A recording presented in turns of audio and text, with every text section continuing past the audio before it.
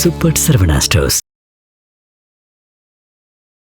மம்தா பானர்ஜிக்கு மோடி அரசு கொடுத்த பரிசு ஒரு மூர்க்கத்தன்மை கொண்ட ஆர்.என். ரவி எங்கள் கவர்னராக மாற்றியது.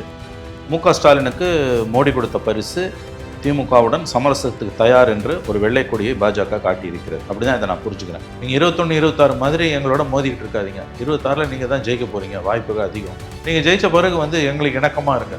மந்திரி சபையில் நீங்கள் பிஜேபியில் கூட்டணி வச்சுக்கணும், மத்திய மந்திரி சபையில் சேரணும், அதெல்லாம் கேட்கல.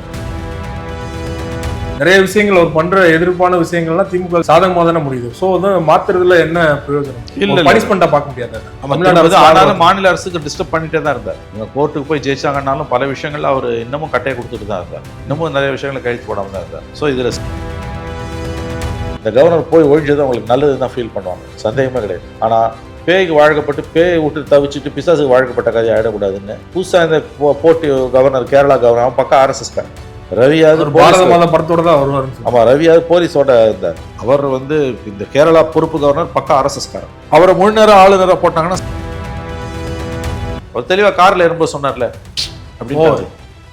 அப்படின்ட்டார் இல்லையா? இப்படி சொன்னார். ஓவர்னா காங்கிரஸை முடிச்சுட்டார், முடிஞ்சு போச்சு கதை. Message is clear. அவங்க எதிர்பார்க்கிறது ஒன்று தான் சிவா, மோடி எதிர்பார்ப்பது ஒன்றே ஒன்று தான்.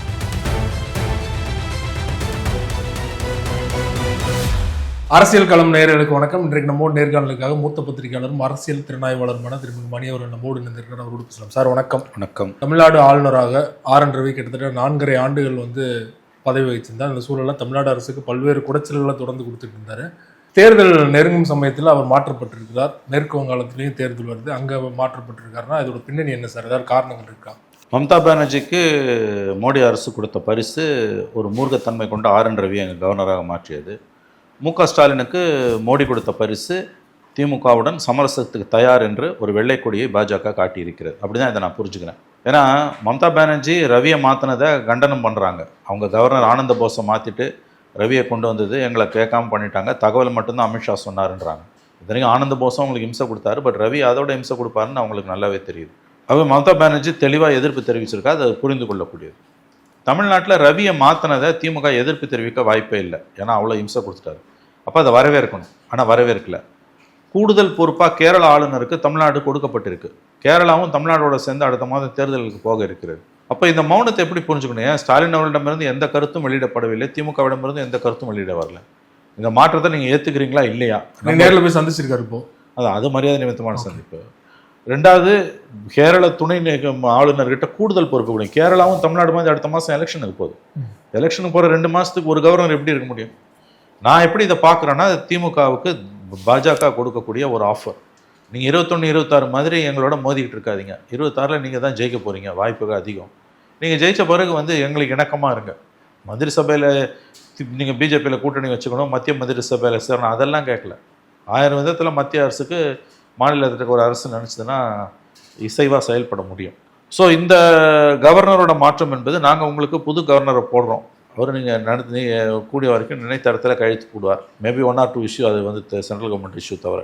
அப்போ நீங்கள் எங்களுக்கு பிளேயபிள், அதாவது உங்களுக்கு இம்சை கொடுக்காத ஆனால் எங்களுக்கு பிளேயபிள், எங்களுக்கு ஒரு நம்பிக்கையான ஆளுநரை நாங்கள் போடுறோம். ரவியை மாற்றினது ஸ்டாலினுக்கு கொடுத்த பரிசு. உண்மையிலேயே தேர்தலுக்கு முந்தின பரிசு, எலெக்ஷன் ப்ரைஸ். அவருக்கு ஒரு நம்பிக்கையை மோடி ஏற்படுத்துகிறார். நீங்கள் கவலைப்படாதீங்க, ஜெயிச்சிங்கன்னா பழைய மாதிரி இருக்காது, நாங்கள் ஒழுங்காக உங்களுக்கு ஃபண்டெல்லாம் கொடுக்குறோம், ஆனால் நீங்கள் காங்கிரஸை கட்டணும். டைரெக்டாக கட்டுறீங்களா இல்லையா, காங்கிரஸை வச்சு செய்யணும். இவரும் இன்னொன்று பிஜேபியும் தெளிவாக இருக்காங்க. இங்கே போய் அவ்வளோ சீக்கிரம் டிஎம்கேவோ ஹோல்டை டிஸ்டர்ப் பண்ண முடியாது. அவங்க அது என்னென்னமோ பண்ணி பார்த்தாங்க, பிள்ளையார் சக்தி ஊரில் எடுத்தாங்க, வேல் யாத்திரை எடுத்தாங்க, எதுவுமே செயல்படலை. இப்போ கூட சுகாதார திட்டங்கள் கொண்டு வந்தாங்க. மக்கள் பிஜேபியை நம்ப தயங்குறாங்க. நீங்கள் சொன்னீங்க பரிசுன்னு சொன்னீங்க, தேர்தல் நேர பரிசு முதல்வர் ஸ்டாலின் அவர்களுக்கு அப்படின்னு. ஆளுநராக ஆர்.என். ரவி பொறுப்பேற்ற பிறகுதான் நிறைய விஷயங்கள் அவர் பண்ற எதிர்ப்பான விஷயங்கள்லாம் திமுக சாதகமாக தானே முடியுது. ஸோ மாத்துறதுல என்ன பிரயோஜனம்? இல்லை, பனிஷ்மெண்டா பார்க்க முடியாது. அதனால பண்ண முடியல இல்லையா, எதிராக திரும்புது இல்லையா? ஆனாலும் மாநில அரசுக்கு டிஸ்டர்ப் பண்ணிட்டே தான் இருந்தார். இவங்க கோர்ட்டுக்கு போய் ஜெயிச்சாங்கன்னாலும் பல விஷயங்கள்ல அவர் இன்னமும் கட்டையை கொடுத்துட்டு தான் இருந்தார். இன்னமும் நிறைய விஷயங்களை கழித்து போடாமல் தான் இருந்தார். ஸோ இதில் ஸ்டாலினுக்கு அவருக்கு பாதிப்பு இல்லை என்று சொல்றது அபத்தமானது. ஸ்டாலினுக்கு தான் அதிகமாக இந்த கவர்னரால் பாதிப்பு வந்தது. ஆனா இன்னைக்கு இந்த மாற்றம் மக்கள் மத்தியில் ஒரு ஆதரவு கிரியேட் ஆச்சு. ஆனா அதுக்காக இந்த கவர்னரே வச்சுக்கிட்டு அவங்க ஆள முடியாது, ஒவ்வொரு நாளும் பிரச்சனை பண்ணிட்டு இருக்க முடியாது. இந்த கவர்னர் எங்களை மாற்றவே கூடாதுன்றதெல்லாம் சும்மா வெளிப்பார்வைக்கு பேசுற பேச்சு. உண்மையிலே இந்த கவர்னர் கூட இருந்தால் இவங்களாம் நிர்வாகம் பண்ண முடியாதுன்னு தெரியுது.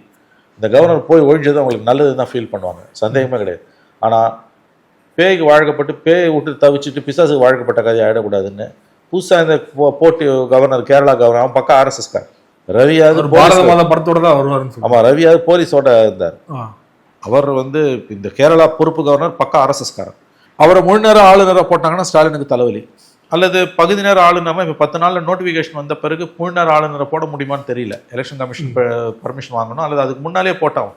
எப்படி பார்த்தாலும் இந்த கவர்னர் தொடர்றாருன்னா அது ஸ்டாலினுக்கு நெருக்கடி தான். ஏன்னா ஒரு பக்கம் ஆர்எஸ்எஸ்கார், கேரளாலே அவர் பல பிரச்சனை பண்ணிட்டு இருக்காரு, புரியுதுங்களா?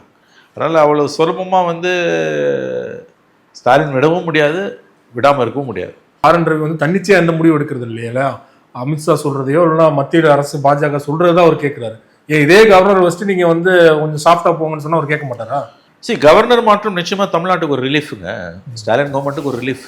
அதை விட ரிலீஃப் என்னன்னு கேட்டிங்கன்னா ஆச்சரியமான விஷயம். ஒன்று ரிலீஃப், பட் அவர் வரவேற்கல. முதலமைச்சர் இந்த கவர்னர் மாற்றத்துக்கு எந்த கருத்தும் சொல்லலை, இது நடைமுறைக்கு இயல்பானதுன்னு அவர் சொல்லலை.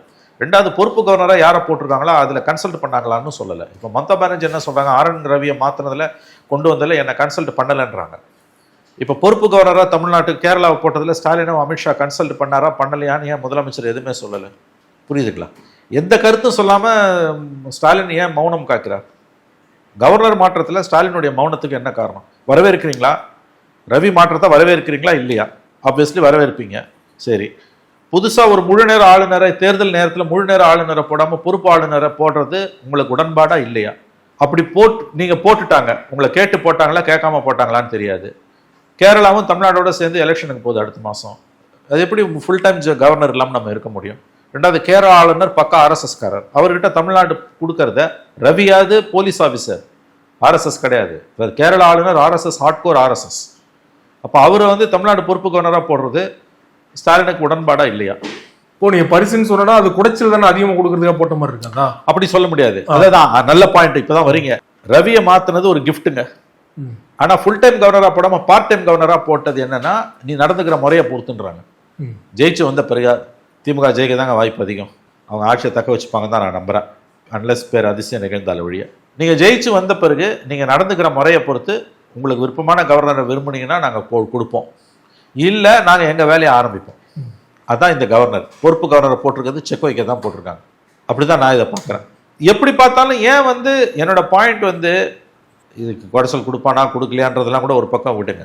இந்த விஷயத்துல ஏன் திமுக முதலமைச்சர் கருத்து சொல்லாம இருக்காங்க? இப்போ நடந்துகிற முறையை வச்சு மாறும்னா பாஜக திமுக எதிர்பார்க்குறாங்க. பாஜக திமுகவிடம் எதிர்பார்ப்பது ஒன்றே ஒன்றுதான், காங்கிரஸை கைட்டிடு. நீ தனியா எங்களை எதிர்க்கிறதுனா எவ்வளோ வேணா எதிர்த்துக்கோ, பாசிச பாஜகன்னு டெய்லி 10,000 தடவை கூட சொல்லு, எங்களுக்கு பிரச்சனையே இல்லை, காங்கிரஸை கைட்டு.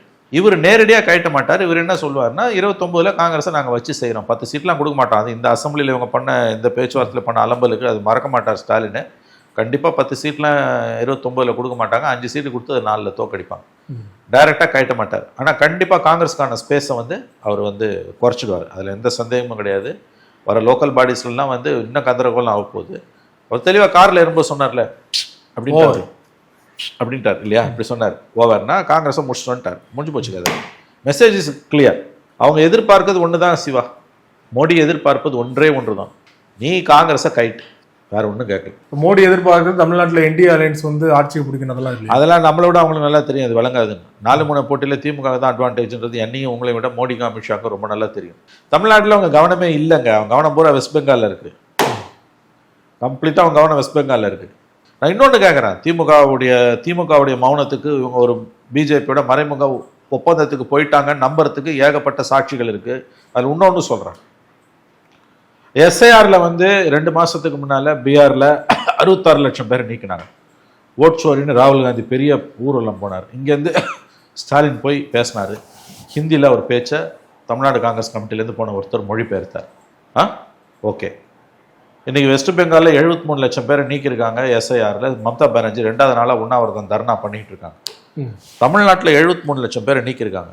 திமுக சுப்ரீம் கோர்ட்டுக்கு போச்சு, முதல்ல 98 லட்சம் பேரை நீக்கும்போது கபில் சிபல் தான் அப்பேர் ஆனார். அதுக்கு பிறகு தான் வந்து அந்த மறுபடியும் ரென்ரோல் பண்ணலான்னாங்க. அதுக்கப்புறம் 25 லட்சம் பேரை நீக்கிட்டு நீங்கள் 73 லட்சம் பேரை நீக்கியிருக்காங்க.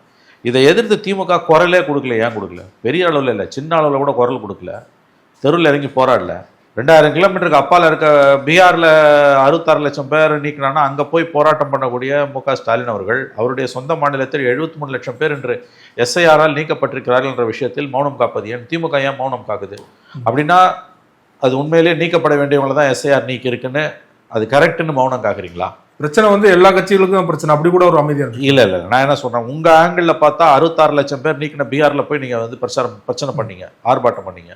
வெஸ்ட் பெங்கால்ல அந்த சீஃப் மினிஸ்டர் இன்னமும் ஆர்ப்பாட்டம் பண்ணிட்டு இருக்கு. இன்னைக்கு உட்காந்துருக்காங்க தர்ணா 2வது நாளா. நீங்க எஸ்ஐஆரை எதிர்க்கிறீங்க. அந்த எஸ்ஐஆர்ல 66 லட்சம் பேருக்கு நீ ஓட்டு போயிருக்குன்னா கிரவுண்ட்ல இறங்கி களத்துல இறங்கி வழக்கமான திமுகவா இருந்து ஆர்ப்பாட்டம் போராட்டம் தெருல இறங்கி பண்ணுவாங்கல்ல, நீங்க மௌனம் காக்குறீங்க. அந்த மௌனத்துக்கு என்ன அர்த்தம் எனக்கு புரியல, உங்களுக்கு தெரிஞ்சா சொல்லுங்க.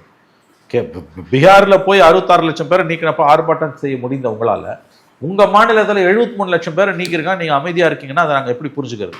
அப்போ ஏதோ ஒரு அக்ரிமெண்ட் எஸ்ஐஆர் வந்து மோடியோட வேலைன்றது எல்லாருக்குமே தெரியும், எலெக்ஷன் கமிஷன் பப்பட்டுன்றதும் தெரியும். அப்போ நீங்கள் என்ன ஒரு விதமான அண்டர்ஸ்டாண்டிங் போயிட்டீங்களா? 2வது கவர்னர் இஷ்யூ. எஸ்ஐஆரில் 73 லட்சம் பேரை நீக்கியும் திமுக ஏன் தெருவில் இறங்கி போராடல? எதுக்கோ போராடுற திமுக தெருவில் அவங்களுக்கு கட்டமைப்பு இருக்குது, ஆர்கனைசேஷன் ஸ்ட்ரென்த் இருக்குது, அதிகாரம் கையில் இருக்குது, தமிழ்நாடே ஸ்தம்பிக்க வைக்கிற அளவுக்கு ஒரு ஆர்ப்பாட்டத்தை நடத்த முடியும். ஒரு ஆர்ப்பாட்டம் கூட நடத்தல, அதை பற்றி முணுமுணுப்பு கூட இல்லையே. கோர்ட்ல நாம்கி ஆவாஸ் கேஸ் போட்டிங்களா கூட அது கூட லோ ப்ரொஃபைல தான் இருந்தது. அப்ப இது எப்படி புரிஞ்சுக்கிறது? அது 2வது கவர்னரை மாத்தினது. அப்ப some sort of an agreement இருக்கா என்ற சந்தேகம் எழுவது இயல்பானது. இப்போ நீங்க சொல்ற மாதிரி அந்த அண்டர்ஸ்டாண்டிங் இருக்குதோ அப்படின்னு சந்தேகப்படுறீங்க இல்லையா? அது வந்து திமுக கூட்டணி பாஜக எதிர்ப்புல தான் உருவாச்சு. எடப்பாடி அவர்கள் பாஜகவை நம்புறாரு ஆட்சியை பிடிக்கலான்னு சொல்லிட்டு. இந்த கூட்டணி கட்சிகள் எப்படி எடுத்துப்பாங்க? இல்லைங்க, இதுல வந்து அவங்களுக்கு எந்த ரோலுமே இல்லை. இந்த சந்தேகம் அவங்களுக்கு வந்திருக்கும் இல்லையா? அவங்களுக்கு ஏன் வரலன்னு எனக்கு தெரியல. காங்கிரஸுக்கு வந்திருக்கும் கண்டிப்பா, ஆனா கையேறு நிலையில இருக்காங்க. நான் உங்களை கேட்கறேங்க, ஒரு காமன் மேனா நீங்க சொல்லுங்க. பீகார்ல எங்கேயோ கிடக்குது, பீகார் அண்டை மாநிலம் கூட கிடையாது, அவன் 2000 கிலோமீட்டர் தள்ளி இருக்கான். அங்க 66 லட்சம் பேரை எடுத்ததுக்கு குதிச்சிங்க, போனீங்க, போராட்டம் பண்ணீங்க. இங்க 73 லட்சம் பேர் நீக்கிருக்கான். நீங்க எவ்வளவு பெரிய போராட்டத்தை முன்னெடுத்துருக்கணும்? ஏன் அமைதியா இருக்கீங்க? 2 காரணம் இருக்கலாம். ஒண்ணு, உங்க வாக்குகளை நீங்க தக்க வச்சுக்கிட்டீங்க, அடிச்சது பூரா எதிர்கட்சி ஓட்டா கூட இருக்கலாம். அப்படியும் தப்பு. அது இப்போ வாய்ப்பு வந்து பேசிருக்கணும். எதுக்கு மௌனமா இருக்கீங்க? நம்ம தான் வெற்றி, எவ்வளவு வாக்குகள் போனாலும் வெற்றி போறோம் அப்படிங்கிற ஒரு நம்பிக்கையில கூட. அப்ப அந்த மனப்பு வந்துன்னா அது ஜனநாயகத்துக்கு நல்லதா? அங்கேயே குதிச்சிங்க. அப்ப போய் எஸ்ஐஆருக்கு வந்து நீங்க பீகார்ல எதிர்த்தீங்க, இங்க ஏங்க அமைதியா இருக்கீங்க? இத்தனைக்கு அதை விட அதிகமா போயிருக்கீங்க. 73 லட்சம் பேரை நம்ம மாநிலத்துல ஓட்டர் லிஸ்ட்ல இருந்து எடுத்திருக்கான். ஸ்டாலின் அவர்கள் தொகுதியிலே அதிகமான ஓட்டு. நான் என்ன கேட்கறேன், அப்ப நீங்க அமைதியா இருக்கீங்கன்னா நான் இப்படி புரிஞ்சுக்கலாமா? எஸ்ஐஆர் கரெக்ட்ன்றதை நீங்க புரிஞ்சுக்கிட்டீங்களா? எஸ்ஐஆர் காலத்தின் தேவைன்றதை புரிஞ்சுக்கிறீங்களா? உங்களோட எஸ்ஐஆர் எதிர்ப்பு என்பது தவறானது, பிற்போக்குத்தனமானது, அரசியல் உள்நோக்கம் கொண்டது, நீங்க நாடகம் ஆடினீங்க அப்படின்னு புரிஞ்சுக்கலாமா? 73 லட்சம் பேரை எஸ்ஐஆர்ல நீக்கிருக்கான்னா நீங்க மௌனமா இருக்கீங்கன்னா 2 விதமா புரிஞ்சுக்கலாம். ஒன்னு, பிஜேபியோட அண்டர்ஸ்டாண்டிங்ல போயிட்டீங்கன்னு புரிஞ்சுக்கலாம். 2வது, அதை விட முக்கியமானது, முதல்ல சொன்ன கூட 2வது தான், அதை விட முக்கியமானது என்னன்னா, அப்ப எஸ்ஐஆர் ப்ராசஸ்ல 73 லட்சம் பேர் நீக்கினது கரெக்ட் தான். போலி வாக்காளர்கள், அவங்க செத்துட்டாங்க, இல்லாத வாக்காளர்கள், அதுதானே எஸ்ஐஆருக்கான ஜஸ்டிபிகேஷன் எலெக்ஷன் கமிஷன் கொடுத்துட்டு இருக்கு. அப்ப எஸ்ஐஆர் கரெக்ட் திமுக ஒப்புக்கொள்கிறதா? 2ல ஏதாவது ஒரு ஸ்டாண்ட் எடுத்தோம். எஸ்ஐஆர்ல நீ எப்படி மௌனமா இருப்ப? தேர்தல் நெருக்கத்துல திமுக அமைச்சர்கள் எல்லாம் டார்கெட் பண்ணப்படுவாங்க அப்படிங்கிற மாதிரி, அதுக்கெல்லாம் வாய்ப்பு இல்லை அப்படின்னு இது சொல்ற மாதிரி ஒரு சந்தேகம். அதான் இவ்வளவு நாள் எடுக்காத நடவடிக்கை மோடி கடைசி 1 மாசத்துல எடுத்துருவாரா? நடப்போங்க. லட்டு மாதிரி கேஎன்ஆர் இஷ்யூ, டாஸ்மாக் இஷ்யூலாம் லட்டு மாதிரி இருக்குது. அங்கே போய் ஸ்டே வாங்கினானுங்க ஹை சுப்ரீம் கோர்ட். இன்ன வரைக்கும் ஸ்டே வெக்கேட் பண்ண முடியல. 40,000 கோடி கொள்ள ஏதோ ஒரு காரணம் சால்ஜாப் சொல்கிறாங்க. அடுத்து வந்து இப்போ இருக்கக்கூடிய டெவலப்மெண்ட்ஸு எதுவும் சரியில்லை. ரொம்ப நன்றி சார். ஆளுநர் மாற்றம் தொடர்பாக பல்வேறு விஷயங்கள் பார்த்துருந்தீங்க. மிக்க நன்றி.